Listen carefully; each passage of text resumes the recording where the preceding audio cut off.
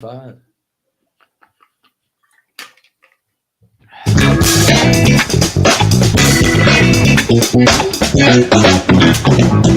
And welcome back to the CSS podcast. I'm your host, Dave Wolfers. Gentleman in the middle is my son, Sam, and the one on my right is Charlie Crawley. Gentlemen, how you doing this week?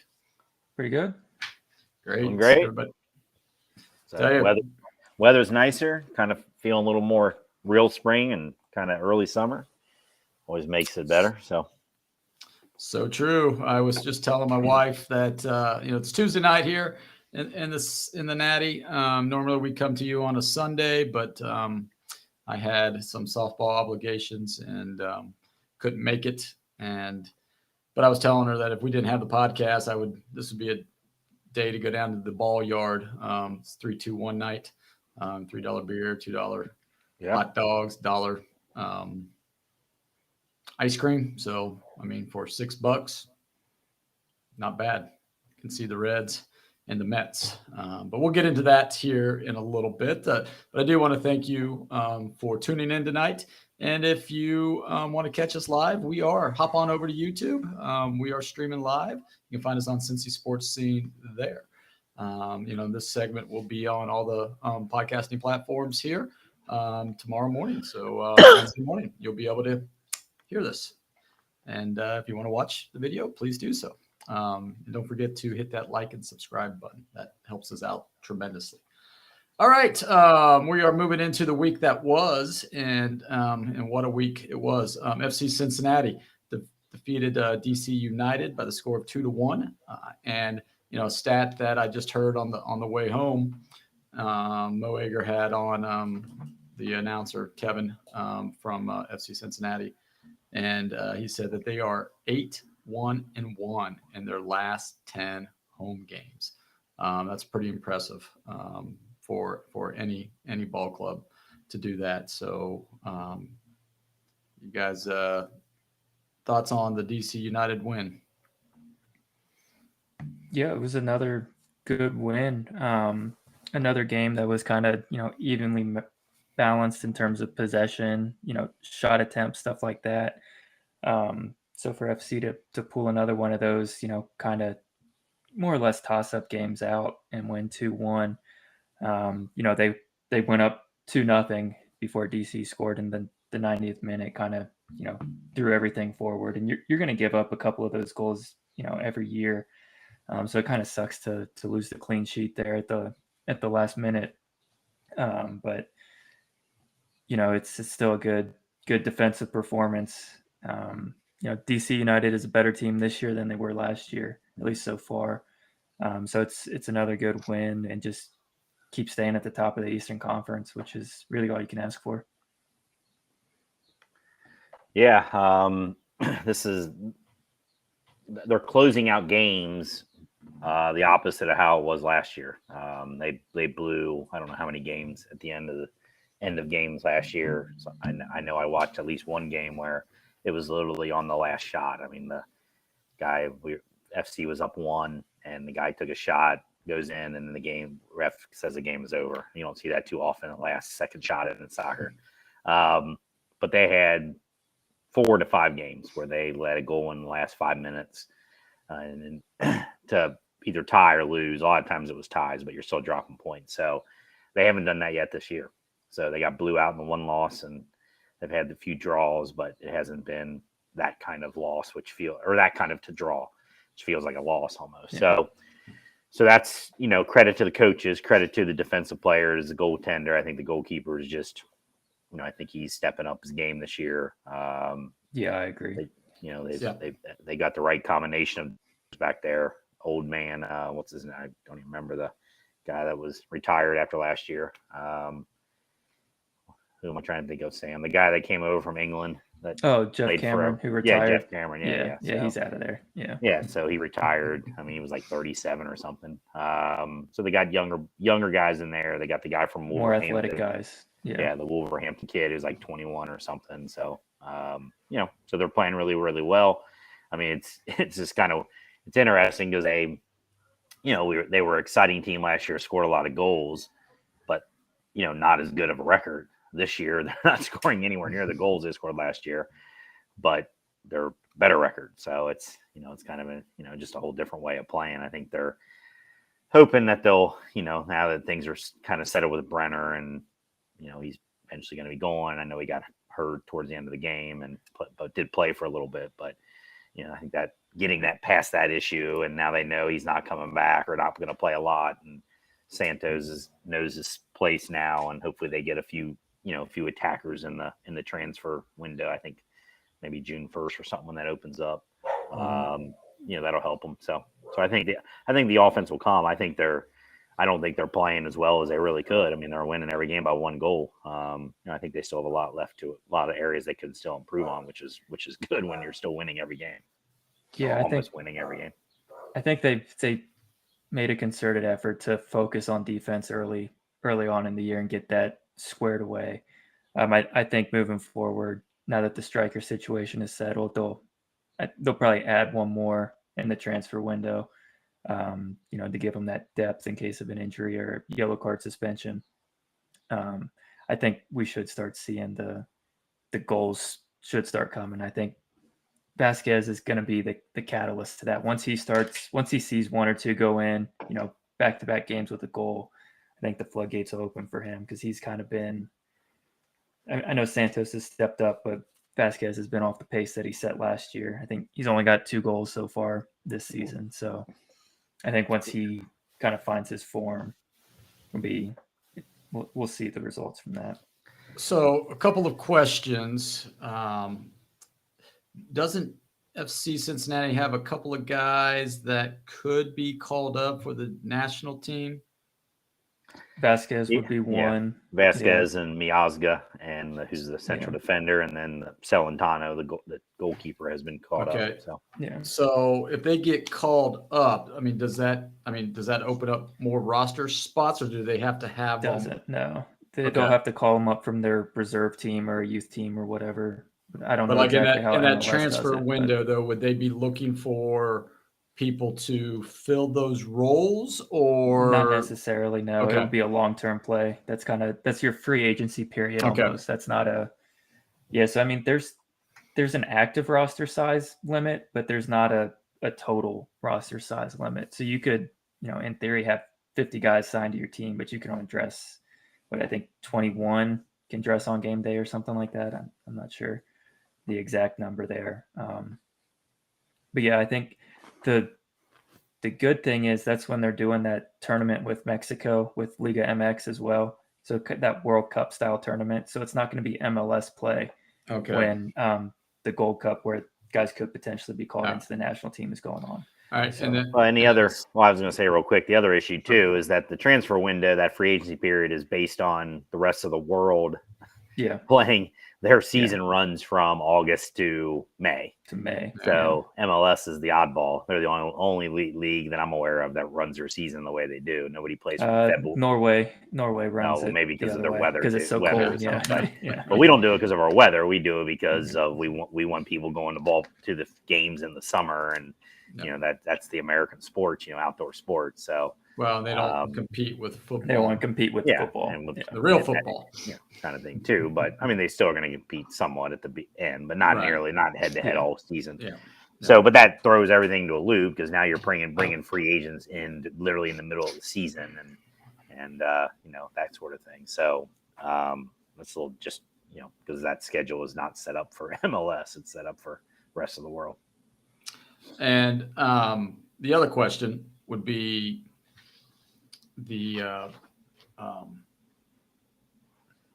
is about a third of the season already, and we have, do you guys think that FC Cincinnati can sustain this rate, what they're doing now, or do you think they're going to drift back a little bit towards the pack, or do you think this team is built for this, to sustain this success? I would say so. Typically defense, good defensive play carries on throughout the season. It's the goal scoring that can kind of come in and out. So, what we've seen the first, like you said, third of the season, their defense has been one of the best in the MLS. don't have the exact numbers here, but they're, they've given up 12 goals, which is tied for third least, it looks like, in the Eastern Conference. So,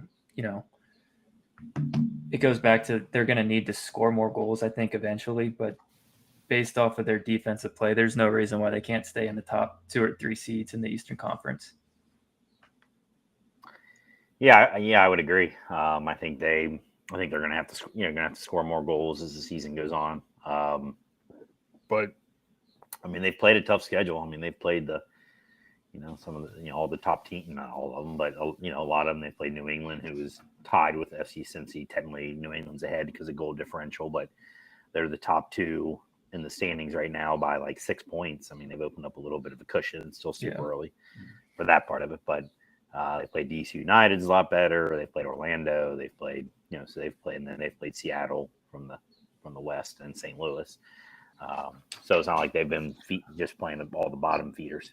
So, and the other thing too that has been mentioned in the past, or mentioned about this team, is that they've had a bad game here. St. Louis was their bad game, but they don't let it linger and let it go into game, like a 2-game skid or a 3-game skid. Whereas you see some teams in professional sports, when they get clobbered like that, it sends, it takes them a while to right the ship. And FC Cincinnati has been able to bounce back and play really, really well, and it's just maybe a one-off game right there for them. So. Yeah, I think that's how they're looking at it. They're, they kind of have that built-in excuse, with that 2.5-hour weather delay and just a weird kind of circumstance that they can kind of chalk it up to, instead of, say, oh, we gave up 5 goals, we got to fix something with their defense.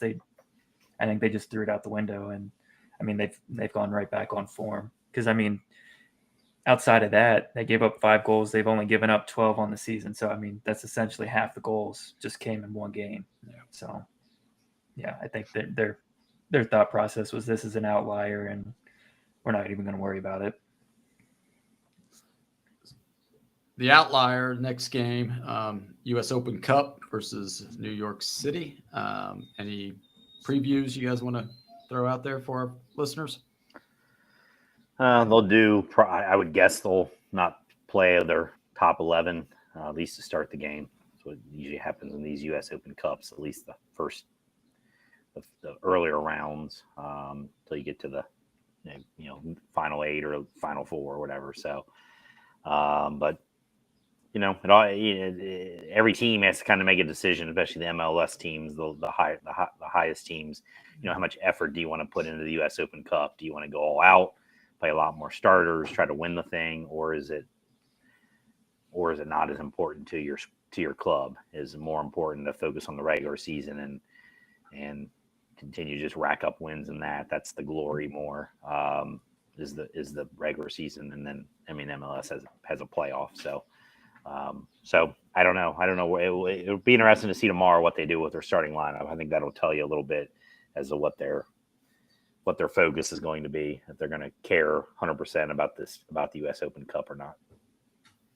Yeah, I think I would say the same thing. I think the fact that it's actually a home game might improve the chances of more starters seeing time, just to put on, just to give the fans, the regular starter experience. At least I think it's a home game. I don't know. It doesn't say. It is. Yeah. FC's listed on top. So I think it's a home game. Home, which is good, because NYCFC's field is just atrocious. A complete joke that they're even. Well, it's the Met Stadium now, isn't it? Well, they switch back and forth between Yankees and Old Shea. Yeah, they go back and forth, and it's. I don't know how MLS will. It's a smaller field but whatever. They're not playing there, so we don't have to worry about it. But. Well, even the MLS commissioner came out the other day and said it wasn't even good. Like, it wasn't good. Like, you're the commissioner. Yeah. Why don't you make them make it be better else. Then? Like, what do you right? Like, what do you? You wouldn't allow FCC to join the MLS until they had a stadium plan. Like, how? Oh, just because they're New York. They're New York, yeah. Yeah. Well, and part of his complaints, or part of what I think he was saying, is that because the way the U.S. Open Cup works, which is how Europe does it too, is it's flip of a coin as to where you play. So FC Cincinnati could have gone and played at a USL team at their home place, and so these MLS teams are playing on even crappier fields, and they play on these lower level tier kind of thing, and. Again, you're the commissioner. Just say that's not going to happen anymore. We can't do that anymore, or pump some money to the USL and upgrade their. I don't know. I mean, there's ways to fix it versus just coming out and when you're the commissioner. Right. That's what all the Europe, they funnel money from the top all the way through, so that when they do these cup style tournaments, the pitch is decent. It's comparable at least. So. Well, my take on it is I think hopefully FC Cincinnati can challenge, go after it a little bit, because if it wasn't for, the U.S. Open Cup that year they made their run when they were in, the lower league, I don't know if we have an opportunity to get into the MLS as quickly as we did, just because Nippert, the fan base. That's what it was. It showed that we could support a team, right? In the atmosphere, and I think I don't think it's lost on FC Cincinnati so they may respect it a little bit more and play some of their guys, especially if it's at home, like you said, Sam. I think. They should at least honor it, for the fans. But that's just my take. We got a dog barking. Welcome to the show. Fired up about something outside. He might get fired up on the next topic. Here we go. We are talking Reds, and here's a stat for Crawley, because he wanted to see it, and it happened Saturday night. Talking Reds and FC Cincinnati, they both were having a home event. Game at the same time. Home game at the same time. Guess who outdrew whom? The Reds had 40 more people in the stands than FC Cincinnati. So this is still a baseball town. Yes, go Reds. Is that really what it was? 40 more. It was 20. It was 25 something is what FC Stadium holds. So it was 25,513 is what FCC holds. That's exactly what they had. And the Reds had 25,543. So 30 more. Now, actual butts in the seats, probably not, but no bobblehead, no fireworks, numbers. Nothing like that. It's not uncommon for an MLB team to fudge those numbers. Well, no, that's actually paid. All right, so they had that includes because the Castellinis bought the tickets. Yeah. Well, no, season ticket holders, everything. No, but so does MLS. That goes on. Same thing. But the Reds outdrew them. So let's see what happens in July. Allegedly. Let's see what July. When we're right there in the thick of things for the National League Central, man, we'll be up to 26,000. I mean, the good news is NL Central is it sucks. It's bad. The Pirates are coming back to reality, which we all knew they would. And the Reds here, they're 14-20, and that's with going 1-5 last week. So let's go ahead. Let's review those games. Not much to review about them. They took 1 out of 3 in San Diego, which, Ashcraft pitched a nice game, and the bullpen came in and kept them at bay, and Derek Law got the win. And the law firm got the law firm and Diaz got the save. But then we came back home, and I guess it would be the White Hot Sox came to town and just feasted on our boys. The 12-24 White Sox. Yeah. White hot. White hot. Took three from the boys here. it was not a good time to be a Reds fan this weekend. But they are playing the Mets as we speak, and They were winning. I think we 3-1. are up 4-1 now. 4-1 now. I got it on 4-1. here. It's 4-1. All Reds right. are up. Up the bad guy on second.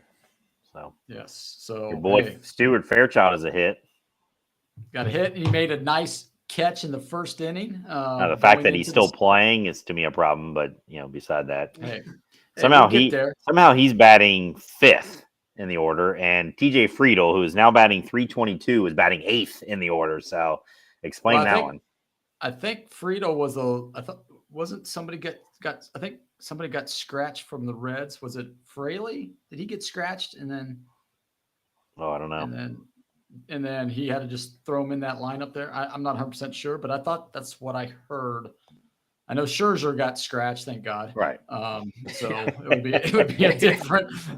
But the Reds in the past, when they face somebody who's they haven't seen before, a rookie or whatever, the rookie is made out to be, the next coming of Cy Young, because they can't hit them, they can't make any adjustments, but at least they, came out swinging and started to attack the Mets pitcher, their starting pitcher, and I don't know who it is, but David Myers Peterson. was scratched. Who was Myers was scratched. Myers was scratched. Yeah. Okay, so that's probably why. No, he's in there. Myers is playing. He is. Mm-hmm. So then who was scratched? He's in right field. Maybe it was Fraley. Newman's in there. Yeah. Oh no, I see Fraley. Yeah, Fraley was fourth, so he completely reshifted. I was looking at the bottom of the lineup. So yeah. So let's talk about your takeaways for the week. 1 and 5. We're still. If we would have went 3-3, it would have been just a half a game out of third. Instead, we're 2.5 out of third place. Thoughts, overall so far? I mean, I think we've said this when over the last few weeks. I mean, the Reds are kind of where I figured they'd be, maybe even a little better than I figured they'd be. Really, wins and losses is not that important. I mean, yeah, it'd be great if they were winning, and it'd be awesome. The freaking Pirates are winning, and I can't believe that. So, I mean, there's always a chance, but, I figured, 14 and 20, that's probably about where I, figured they'd be, that kind of thing. If you extend that out, I don't know what that would be. I didn't do the math right now, but, if you extend it out to the whole season, what is that record? They're getting close to the quarter pole, because this is their 35th game. So, their week, they'll be at the quarter pole. So I think that from that standpoint, I'm okay with it. I think it's just, I found myself, paying attention, maybe even a little more to the Louisville Bats, what they're doing down there in terms, especially the lineup. Than I'm sure I do pay attention to the Reds, but I'm just as much intrigued by McLean and Encarnacion Strand and Ellie De La Cruz and Andrew Abbott and the guys who are really going to make a difference next year or the following year when the Reds could hopefully be good again. Because these guys, Kevin Newman, I mean, again, these guys should better not be this integral to the team next year and the year after. So hey, Pirates let him go, and then they shot up. So maybe the Reds should take a page out of that playbook. Yeah. I don't know if the Reds have some might given up on Jose Barrero or what. Like, I mean, not like Kevin Newman's, being an all-star level. So if he's not any good, I mean, I don't know why. I mean, because he's playing all the time. I mean, Newman's playing quite a bit. So, yeah, I don't know. Did Barrero tweak a hammy or something again? I don't think so. Go ahead. Not that I'm aware of. Yeah, I don't remember seeing anything like that. Only thing I could think of is, maybe he goes on a little run and then they can, trade bait. Like, hey, look at what he's doing. One of those type of guys. But I don't think so. Right. Even if he goes on a little bit of a run, I think they ain't getting much. So no. Yeah. All right. So that leads us into the top performers of the week.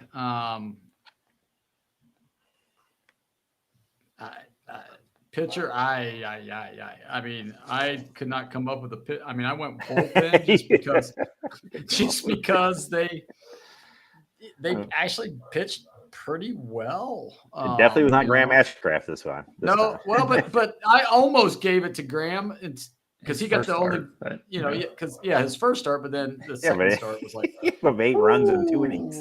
Yeah, Against the not white hot good. Red Sox or whatever you just the called white, them. the white hot Sox. So yes, but I had to go with the bullpen. I just did that. I don't know what, because like I said, none of our starters. And speaking of starters, I don't know if you saw that they pushed Nick's start back. So it might be one of those things where, because on Thursday it's TBA, and are we expecting a call up? Or do they you called think somebody up today. they called two? They called they- Lively, Ben, Lively, Yeah, Levy, and then Lively. and then Kevin Haggart. Yeah. And they Whatever his name DFA'd Sessa. DFA'd. Yeah, that was the worst performer of the week. It's like what? He goes from being just them, like David Bell almost refusing to not start him until where they just DFA. I'm like, well, I don't totally get that one either. What I'm thinking is they probably said you're back in the bullpen, and Sessa he wanted to be a starter. And no one's gonna pick him up as a starter. No team. He's got a 9 ERA and a 2.2 WHIP. Yeah. So I mean he'll probably pass. He'll probably pass to. Yeah. Maybe he'll go to the bats and he can start for them. Maybe, I don't know. Because when he first came over, when he was out of the bullpen, he was decent. Out of the bullpen in 21. Yeah. Right. I mean, he hasn't done that as a starter, but. Well, last year when he finished the games, or when he towards the end of the year, those 6 starts, I mean, he pitched decently. It gave him hope that he could be the 4th or 5th starter. But I think the WBC screwed him up in his preparation to get ready for starting, because Mexico, they saw it and said, "Nah, you're not a starter. You're in the bullpen too." So he left their team to come back to spring training to lengthen his arm a little bit. So just for fun, here's your question for the two of you. What was just in the past 7 days? Okay, was all we're using, and that is one. So we're just talking one start for Graham Ashcraft. What was his ERA over the past 7 days? Graham Ashcraft. Well, he had 2 starts. Nope, not in the last 7 days. I'm looking at the stats right now. 1 game started.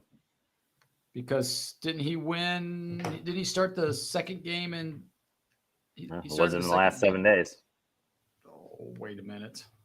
Yeah. It might have been 8 days ago, but it wasn't 7 days ago. Let's see. I'm looking at the official red stats right here. He started on the 2nd. And today's the 9th. Right. 7 days. Yeah, but that must not be what they're factoring in. So that must be their cutoff. So basically just his last start. Yeah. What's he gave up 8 and 2 innings. So what is that? That was like 17, 32 innings, 4 an inning. That's 36. 43.2. Well, 43.2. 43.2, but his ERA is sitting at 3.86. Yeah, for the season. Yeah, he came in with like a 2. Yeah. He came in with like a 2 ERA. Yeah. Yeah. So I mean, he's still got the best starter ERA on the team. Right. Even with that jump. Yeah, they had a lot of bad ERAs here over the last 7 days. The bullpens they got decent numbers. That's why I went with the bullpens. Yeah. So I'm gonna have to agree with that, I guess. Is that the second time this year we've gone with the bullpen as a whole? Mm-hmm. All right. Hitters.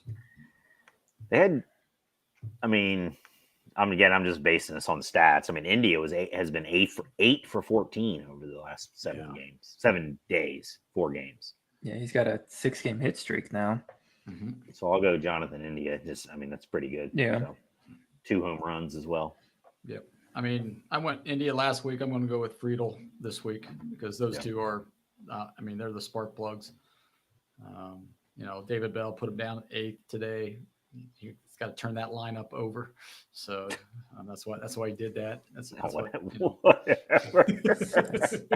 that's what we do in the softball. You got to put a couple people down 8-9 to turn that lineup over to get to your better. You put your hitters. second best hitter at the time batting eighth. I don't think so. I don't, but David Bell does. So, right, exactly. That's why we're 14-20, but that's all right.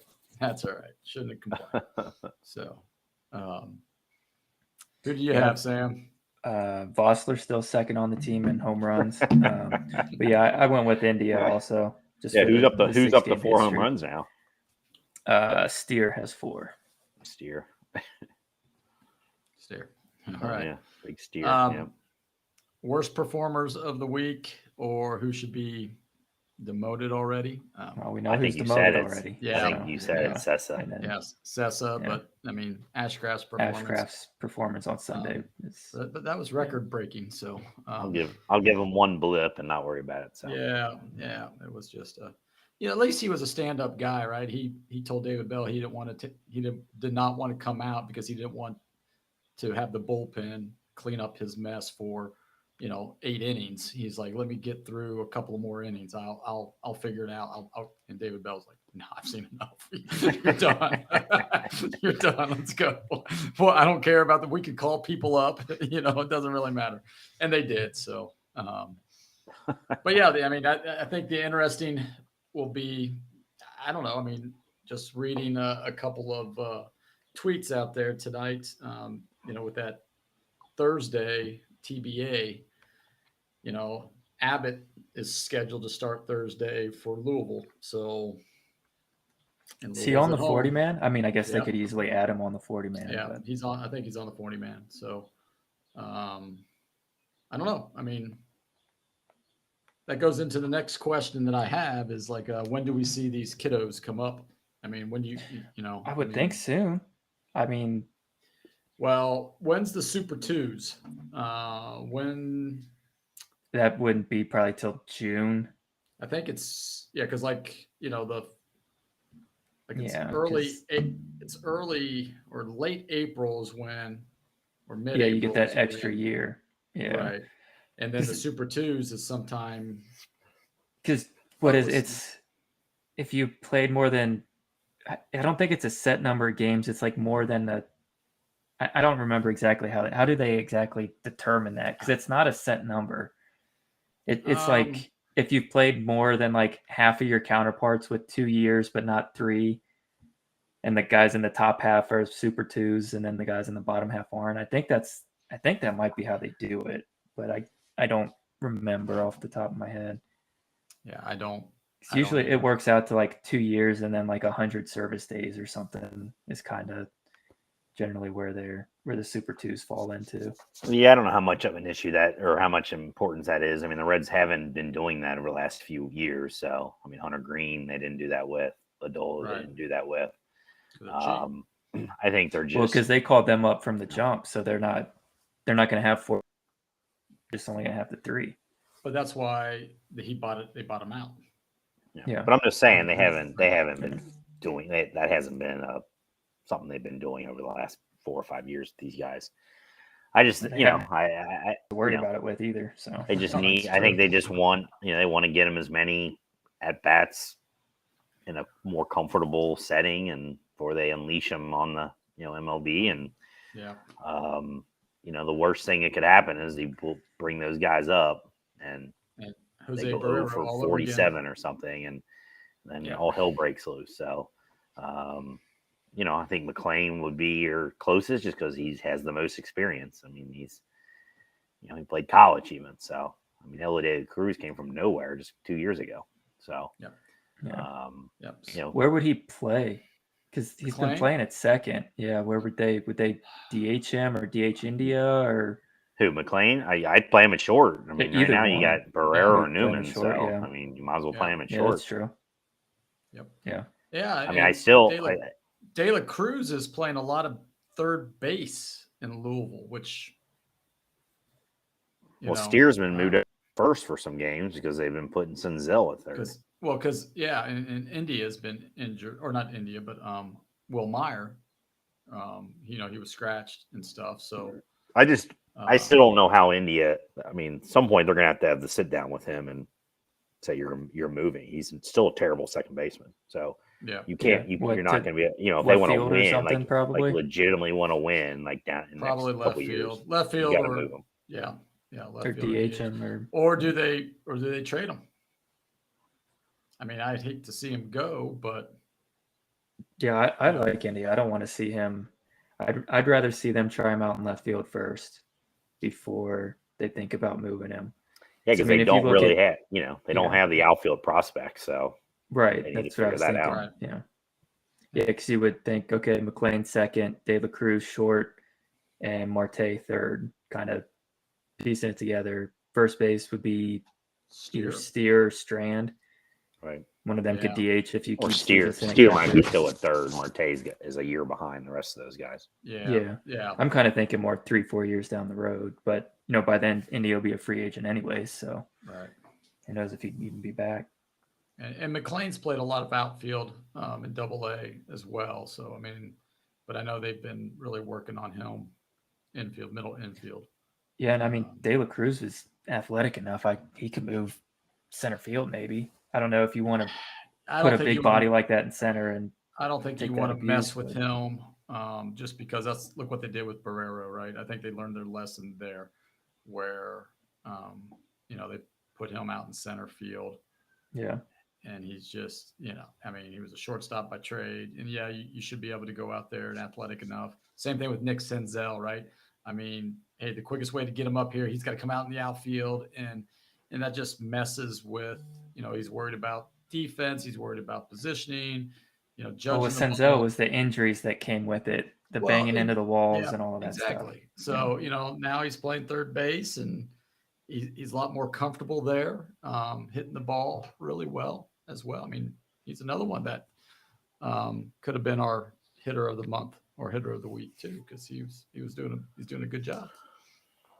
Yeah, I mean, the question for the Reds for me is anytime this is brought up by analysts or the other podcaster stuff is just who's the core and who's the core Reds of 2025 in a sense, like how many of the guys on the current. Let's just take the starting lineup today. How many of these guys are we thinking are the core players for 2025? Just go down the list. Is Jonathan India? I think so. I think so. Okay. Is Senzel? No. Is Steer? I think Steer is. That's a toss-up. That's a toss-up one for me. Stevenson? Yeah. Stevenson is. Well, Fairchild? You better start hitting. My answer. Fairchild, yes. Anyway. You got to have a pinch runner, somebody. You got to have a guy to pitch the ninth inning, a position player to pitch the ninth inning. Exactly. I think Friedel's the only outfielder. Will Myers? Yeah. No. Kevin Newman? No. Friedel? I think Friedel. Yeah. I think he's got a chance. He's got the best chance of the outfielders. I think he's the fourth outfielder on a good team. I think we're gonna. I think we're gonna learn. Yeah. I think we're gonna learn that over the course of the year. He's not a probably when he's batting 250 by the 245 by the end of the year. Hey, he's got to drop some more bunts. And then Luke Maley is the other starter today. Yeah. No. So I mean, the whole thing is going to turn on whether these 4 to 5 prospects are not just prospects. Right. Because if they and pitching, if our pitchers can, but that includes Andrew Abbott, that includes Williams, that includes when I say the prospects. So really, it's probably 6 or 7 because you're talking the top, Connor Phillips. You're talking the top pitching prospects as well. If 90% of those guys are bust, the Reds are done. I mean, they're done for another same spot, however many 5 years. So, now, I mean, somebody made this comment. I don't know if it was to Charlie Goldsmith or something like that, where he was going over something similar to what we're doing right now about the prospects and, what can we expect for 2024, blah, blah, blah. And somebody made the comment of, the Houston Astros, it took them 6 years to get to, and they had in those 6 years, they lost more than 100 games. They completely bottomed out, though. They didn't have a Joey Votto presence still around. They weren't going out and signing the Will Myers types guys. They were right. They were, but what I'm saying is, there's that sustainability right now. You look at the Astros and, Yeah, but what the Astros were able to do is also once they realized, hey, we've got these pieces, they went out and spent and added around it. Whereas I think a better example for us would be the Royals. And you look what happened. Yep, you build up those prospects for 5, 6, 7 years, and then they're all gone. That's because we got 3 of them that didn't turn out to be squat. Well, no, I'm talking about like Hosmer, Moustakas, Kane. They all came up at the same time. Yeah. And then they all left. Salvador Perez is the only one that stayed. Right. Whereas, the Astros extended guys and then they brought in other, big name free agents. They brought in Cole, they brought in Verlander, and they paid those guys, to supplement the talent. But they let Correa walk. So yeah, because they had a waiting right there. Yep, that is true. Speaking of Peñas, over under Cincinnati Bengals, the bet MGM and all those bet onlines came out, and the over under for the Bengals this year is 11.5. I don't know if we want to do anything with that, if we want to talk about that, because I know who we play, but I want to see the schedule release on Thursday to really nitpick it, because depending on when we play and who we're playing before and who we're playing after, that could affect if I'm going to say over or under 11.5.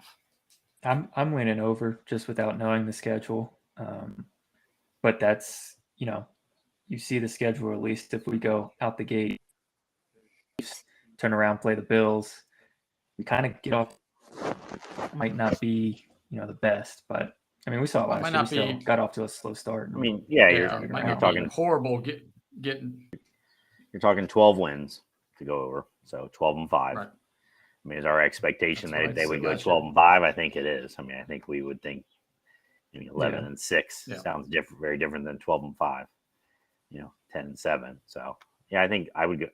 As of now, I would take the over, because I think we should expect them to win 12 games, even if they're playing the Chiefs on the road, even if they're playing the Bills on the road, even they got to win. I just don't want to play. I don't want to play first game prime time against Baltimore in Baltimore. Yeah, I'd rather play the Chiefs cheap shot in the first game. Yeah. I'd rather not be an AFC North game. Period. That first game, because the Bengals. The Bengals. I don't. Maybe Cleveland. I'd be okay with Cleveland. They came here, but I just don't trust Zach Taylor's offseason methods. So for them to come out playing well at the beginning of the year, so. They need to go finesse team. Coming out against the Steelers last year, they got punched in the mouth. Well, but you also got to realize Burrow was coming off of his epidemic. Yeah, I know, but that's part of it. Like, they're not ready to go because they don't preseason. Well, I mean, that's a different circumstance, but I don't know that he was going to see snaps anyways. Maybe he would have, no, I don't think he would have been. I'd be surprised if he doesn't this year. If Burrow's not insistent on playing, because you look at what the Chiefs do, and they're ready from the get-go. And so, I mean that cost them a game last year, which would have put them at 13 wins.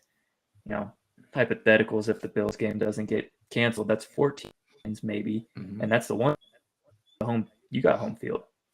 So you can't start off 3-4. No, you can't lose to Cooper Rush either. So, right. I mean, sorry, you can't. So and Jacoby Brissett. Yeah. So, but yeah, we can go on and on about that. The other over under that just came out is the UC Bearcats football. They're over under. Anybody want to take a guess? Wasn't it like 4.5? It was 4.5. 4.5. So, yeah, I would go. I'd go over on that. Not a lot, but if I would think if it was, 5.5, 6.5. If it was 5.5, That'd be that'd be a question, because I think they win 6 Yeah. games. I think we kind of talked about this a little earlier. 6-6 was kind of the mark that we had set. Bowl eligibility, kind of just get to that. So here's their schedule. Let's count the victories. All right. First game at home versus Eastern Kentucky, victory, right? It's 1. Better be. Pittsburgh. It's at Pitt. Where's it at? It's at Pitt. It's at That's Pitt. probably a loss. Pitt's a Yeah. decent ACC team, so I think that could go either way. The thing is, we just don't. I mean, it's more walk hard this year because of Satterfield and the whole coach. Well, really and their quarterback too, right? Yeah. So at least I think that's why at least they have an experienced quarterback, though. Yeah, but I think I'd rather have a new quarterback that has experience than a new quarterback that does that doesn't. Yeah, I agree. Some backup there, that's but, never played. So no. I'll say a loss. If I had to put money on it, I'll say a loss to Pitt. Okay. And then Miami of Ohio on the 16th, probably victory, Yeah. just because I think. And then they get into Big 12 play. Oklahoma comes to town. Probably a loss. I mean, the Probably place a is going to loss, go crazy. So, I mean, if the crowd can have any influence, that that sort of thing. But yeah, I mean, Oklahoma wasn't all that great this year. So no, but I think they'll be better. Then the tough one, I think this could be the make or break one. Is like they go to BYU. Right. Yeah. It's a short, it's that short turnaround. 6 days. It's a Thursday night one. Is it a Thursday night? It's a 29th. I don't think 6 days afterwards. So, it's a Friday night game. It's Friday. So it's still a night game at BYU. It's a night game. It's a Friday. Yeah, night game in Provo is tough. Yeah, I mean, it's just so. I mean, I would say they probably would lose that. Yeah, but I don't. What was BYU last year? Were they any good? They were okay. I don't think that they were. They were 500-ish, maybe a little better. Yeah. Iowa State, that should be a victory unless That's here, right? Unless Iowa State finds something like they did a couple of years ago. Yeah, I'd say that's a win. And then Baylor comes to town. I think that'd be tough. Baylor would probably lose. Baylor's the only kind of legit defense in the Big 12. Yeah.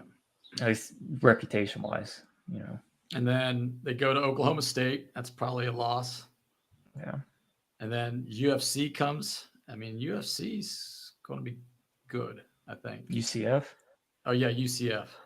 That's a win. Yeah, but that's kind of a known commodity at least. That's a win. So that's okay. Yeah. So then they go to Houston, which is probably be a same type of deal. Toss up win. It could be a win. Yeah. West Virginia, probably a win. Probably a loss. I mean, they go to West Virginia. I think West so. Virginia. You think it's a loss? I think it's a loss. Yeah. Do you? And then Kansas, last game of the year, at home. I mean, it should be a win. Kansas was Kansas better. Was frisky last year, and then their quarterback got hurt though. Right. Yeah. So if he's healthy, so 4.5. I mean, I think there's 5 wins there. I mean, if you're just taking if you're just going over under. Right. Yeah. I mean, I'm definitely putting my money on the over. Yeah, I would bet the over, but on the over. As long as injuries don't happen, right? And then, well, that's for everybody. Yeah. Well, everybody not named Georgia, Alabama, and football, Ohio State and stuff. So that's true. Yeah, because their second string is an all-star team. So we'll once the schedule got released, we can we'll do that more towards the fall like we did once we know training camp and all those good things. But Thursday the NFL schedule releases, and we'll probably go into detail on that next week, and pick some games that we're excited about. Bengals games, and also just overall games that we'd be excited about. So stay tuned, listen next week for that. You can catch us there. Also, we've got our trivia. Sam, you had last week's question. So why don't you go ahead and review that and Yeah, tell so us the answer. it was who has hit the most home runs on their out of active players. And you guys got that right. It was Mike Trout who has hit 5 career home runs on his birthday. All right. I have this week's question, but if you would like to take a guess, you can. If you're watching live, you can put it in the chat. Our producer will pull them up and see who made some comments. And if you are listening on the podcast, you can always go to Instagram, or Twitter, or Facebook and find us at Cincy Sports Scene and leave a comment on who you think the answer to this week's trivia question. And since we've been talking about Jonathan India as one of the hot hitters for the Reds, he in the other game, the other night, he hit his 9th leadoff home run for the Reds. Tied, he's in 3rd place, tied currently with Barry Larkin. Who are in 1st and 2nd place for the Reds with most leadoff home runs? So most leadoff home runs. What was the other part of the hint or whatever?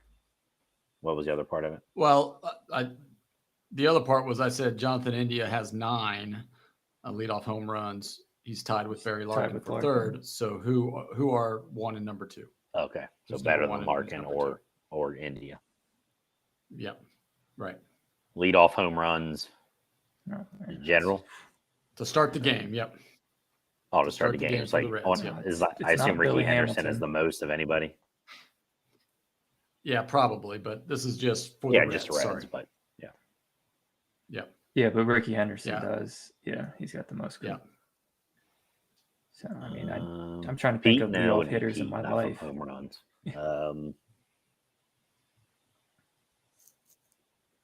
Is it Pete? Pete Rose. Wow. Pete Rose is number 1. Now, can you guess how many? Probably 11.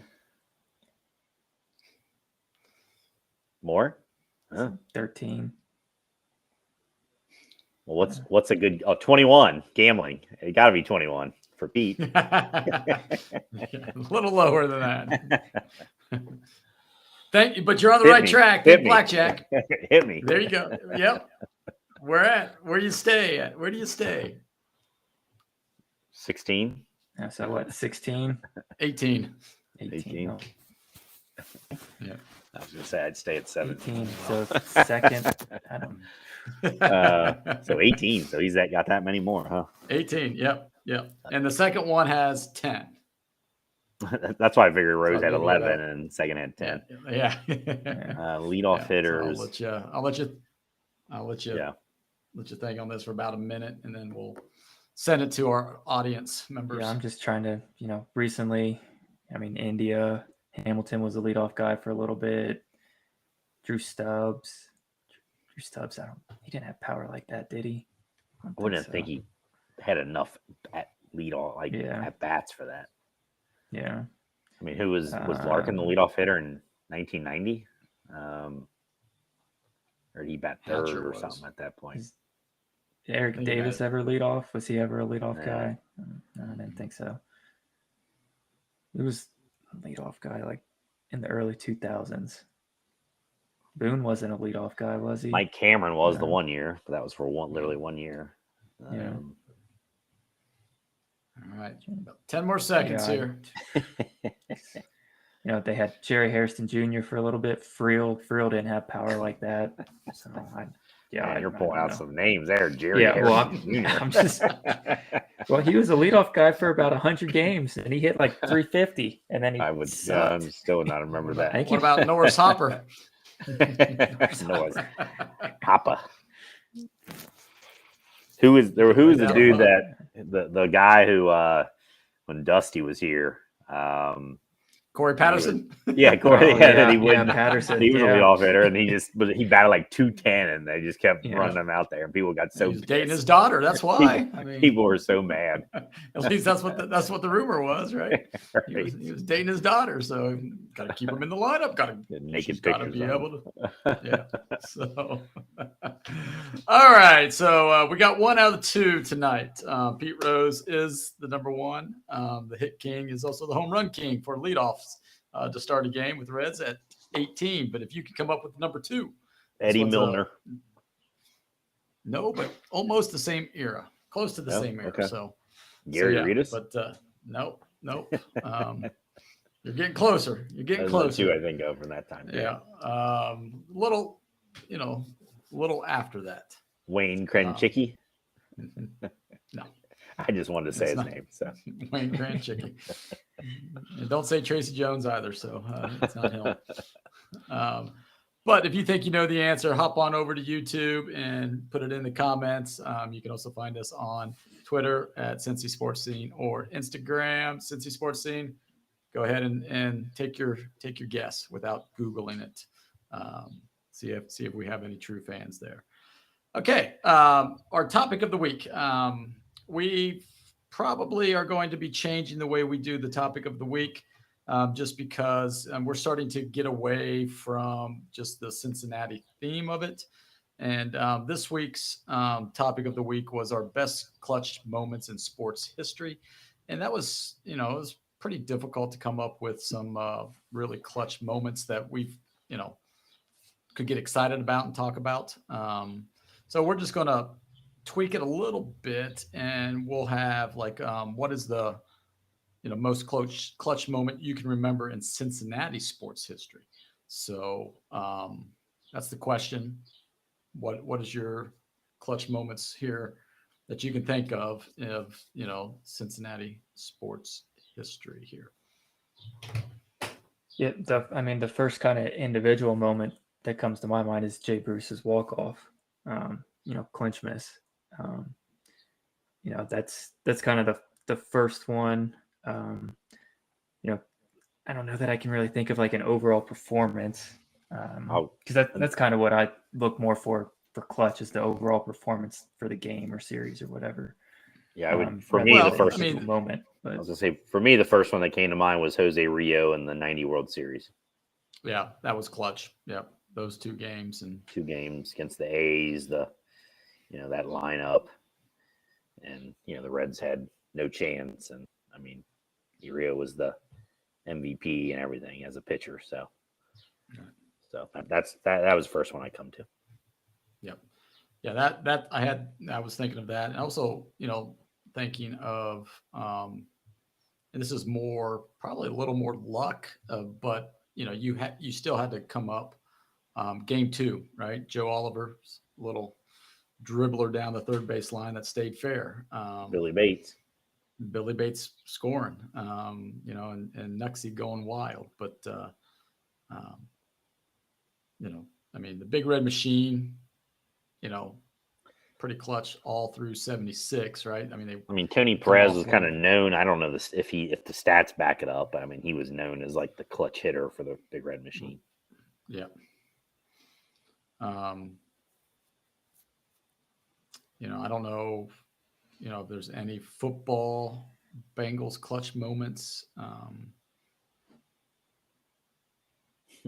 lot of the opposite. I can think of the opposite. A lot of those. Yeah, Montana to Taylor, and yeah. if you kind of the moment Sam Hubbard's touchdown there, that's but that's that there's some luck to that too. It's right. Not purely a lot clutch, of clutch. That's there's some luck talking around about. it. There's some luck around it, and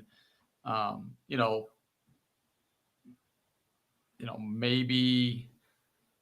Thinking of, like when I think of clutch moments, I might think of, what do you want to call it? Like Ramil Robinson. I know we're not talking Cincy sports here, but Ramil Robinson, who was like a 60% free throw shooter in the NCAA, against Seton Hall there. And he goes up to the line and hits both of them with less than 6 seconds left, and they won the game. So to me, I think that's clutch. Michael Jordan, his freshman year, that's a clutch shot. But not these like heaves from half court. I don't think that's a clutch shot. I think that's more luck than anything. What about God? I don't know if I can remember any names. My brain. Tom Browning's perfect game comes to mind for me. Well, I was just gonna. I'm trying to think of something recently, and I'm drawing a blank. Our kicker, Evan. McPherson, Oh yeah, McPherson. Money McPherson. There we go. McPherson, and two years ago, 2 playoffs ago, yeah. when he told Burrow we're going to the AFC Championship game. Before he went out and Yeah. made that kick. So Yep. I would say that. I mean, that's clutch. So it's like those kind of things. So Right. I think of Jamar Chase against the Chiefs in the regular season game 2 years ago, which, may be the best wide receiver performance. Some people say that's about as good as you can be as a wide receiver dominating one game, but it wasn't a playoff game. But I mean, kind of thing. So big game, but clinched the division off of that game. So, I mean, but I mean, they probably would have went and done it the next week anyways. But I mean, one that comes to mind for me, losing performance, but Jordan Crawford against Kansas State in the NCAA tournament. It was Jordan Crawford and Jacob Poland for Kansas State just going back and forth, trading, buckets at the end of regulation into the third overtime. I mean, it's hard to say that that's clutch when you end up losing, but I was just going to say, is that can you have a clutch if you're I don't think so. That's more of like just an awesome moment and not a clutch. But I mean, it's still hitting big shots.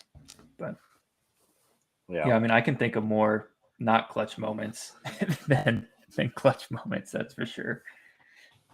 Yeah, I mean, Nick Van Exel in the run to the Final Four in '93 against Memphis. Really, that whole tournament. But I don't know what his point to. I have to look it up. But maybe he wasn't. Maybe again he didn't score 5,000 points. But I just know in that run, that whole tournament run, getting the UC getting to the Final Four, Van Exel was the guy, and including the following year when they made the Elite Eight, he that year. So he comes to mind for you. Same thing with basketball.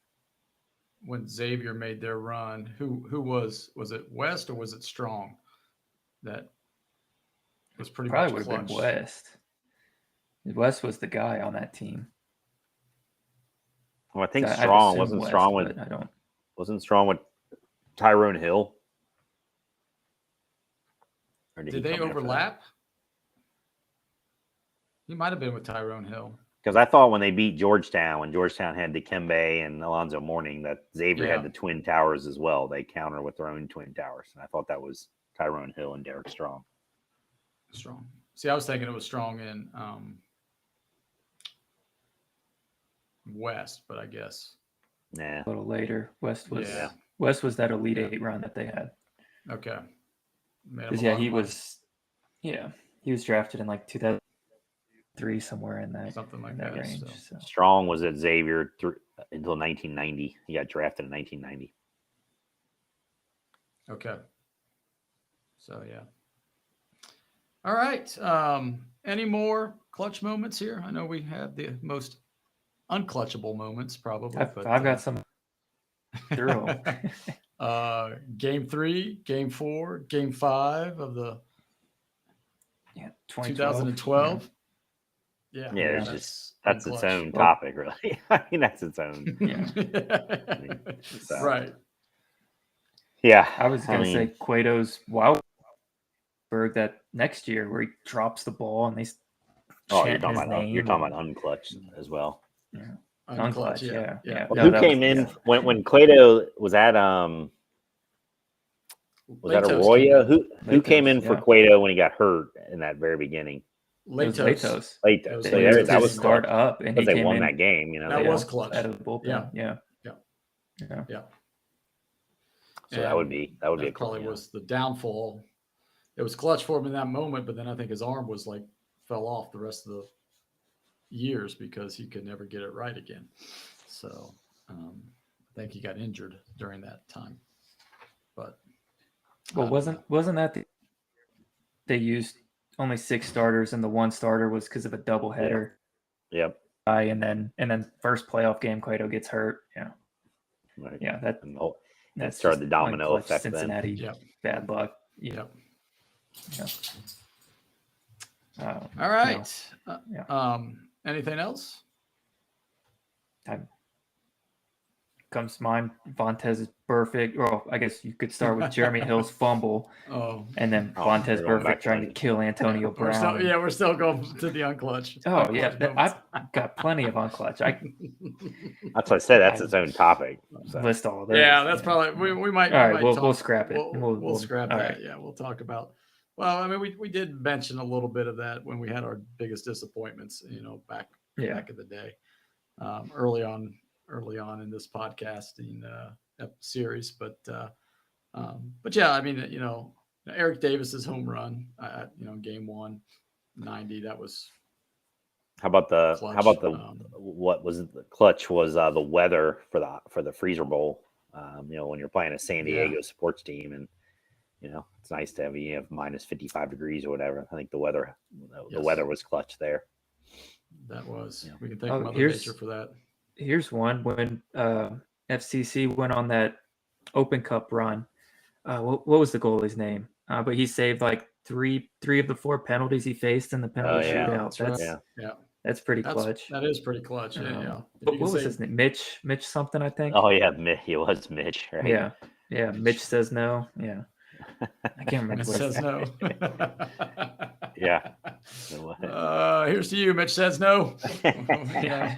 So that's why we want. That's why we want some of the starters to play. Mitch Hildebrand.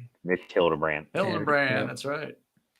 So yes, that's why we want some of the starters to play in the Open Cup, because it brings back some great memories. So hopefully they do that. Well, you guys got anything you want to add for the good of the order here? Anything at all? So this is off topic from what we've been talking about, but a couple weeks ago when we did the sports rule we would change, I thought of another one, Garrett, just because it's been bothering me. But in basketball, when you make a pass, the guy shoots it and gets fouled. If he makes both free throws, you should get an assist for that. You should not be penalized because the defense decided to foul. You should get an assist. I'd even make the argument that if he makes, you could maybe get an assist because you're putting points on the board. But I'll settle for you got to make both. Well, just to let you know that I think other people are listening to this podcast because tomorrow on the Cover 3 podcast, college football, they are having a segment of if they were the dictators of college football. Not the czar. Not the czars. It's the dictators. So they must have heard, our little segment, and they just, they're just specifically about college football. So it'll be interesting to see, how they are. So I might have to, chime in during lunchtime. And say, hey. And Ban the Charge was trending for a little bit there too. So I'm just saying. Yeah. Just saying. Yeah. So, but it'll never go away. So I think it might. With that, we are going to go away. We do want to thank you for listening. For those of you that are listening on Apple, Spotify, Google Play, iHeartRadio, all the places you can. We really do appreciate it. Please spread the words, share it with your friends, families, loved ones from the Cincinnati area, especially if they are no longer living in this area. Send them our way. We'd love to have new listeners and new audience members. YouTube's live. We'll be back live on Sunday night. Mother's Day. Make sure you kids, and I'm looking at both of my kids here, do something nice for your mother. So please do that. And our topic next week, I think we'll just look at the NFL schedule. And then we might have a question that we'll ask the other 2 hosts and get their debate on it or something like that. So, hopefully you enjoyed the show, and we'll be back next week. Until then, have a wonderful rest of your week. Take care, everybody.